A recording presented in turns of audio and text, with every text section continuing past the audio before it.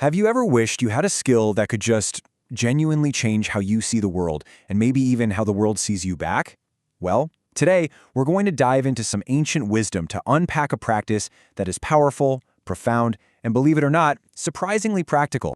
And everything we're about to explore comes directly from this one source text. But listen, this isn't just about looking on the bright side.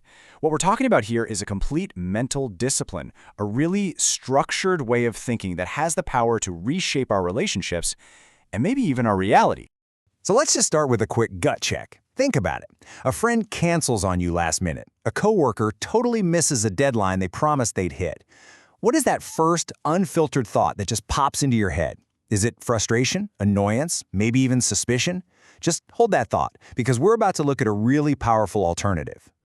Okay, so the first big idea we have to get our heads around is that this whole concept isn't about just being nice or, forcing a smile. The source we're looking at completely reframes the entire thing.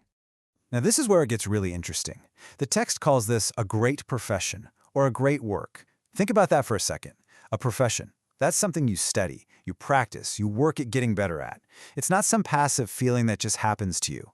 It's an active, deliberate skill that we have to choose to build. So why bother, right? Why go to all the trouble to learn this profession?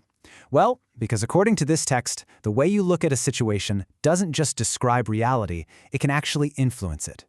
And that is a huge idea. Seriously, let that sink in. It suggests that when you actively search for the good in someone, even when it's really hard, you're not just being naive. You're actually participating in a creative act. You're choosing to focus on, and in doing so, amplify the potential for good that's out there. And the source text puts this so beautifully. It says that doing this work literally brings a great new light and a new life force into the world. It's like you're generating positivity, not just hoping to find it. The key takeaway here is that your perspective has real power. Okay, so this all sounds great in theory, but how do we actually do it? How do we make this a real, practical part of our day-to-day lives? Well, thankfully, the text lays out a very clear three-step process. Here's the roadmap. It's pretty simple, actually. It starts inside you, then it moves outward toward the other person, and it ends with you actively changing the story you're telling yourself. So let's break each of these down. All right, step one is all about self-awareness. The text basically argues that deep down, at your core, your fundamental nature, it wants to do good. So the first step is simply to recognize that in yourself. You have this built-in inclination toward goodness. This isn't about ego. It's about acknowledging your own positive potential as the starting line. So once you've recognized that desire for goodness in yourself, step two is to project it. You assume that the other person deep down has that very same fundamental desire. So if you know that you always try your best to be reliable, you can start by assuming your coworker who missed that deadline also values reliability, and that something totally unexpected must have gotten in their way. And here we are at step three. This is where the real work happens. This is the active part. Instead of letting that default negative story run wild, they're just lazy and drop the ball, you actively build a different, more favorable story. Something like, man, I know they've been juggling a ton with that other huge project. Maybe they just got completely swamped. You literally become the author of a more compassionate story.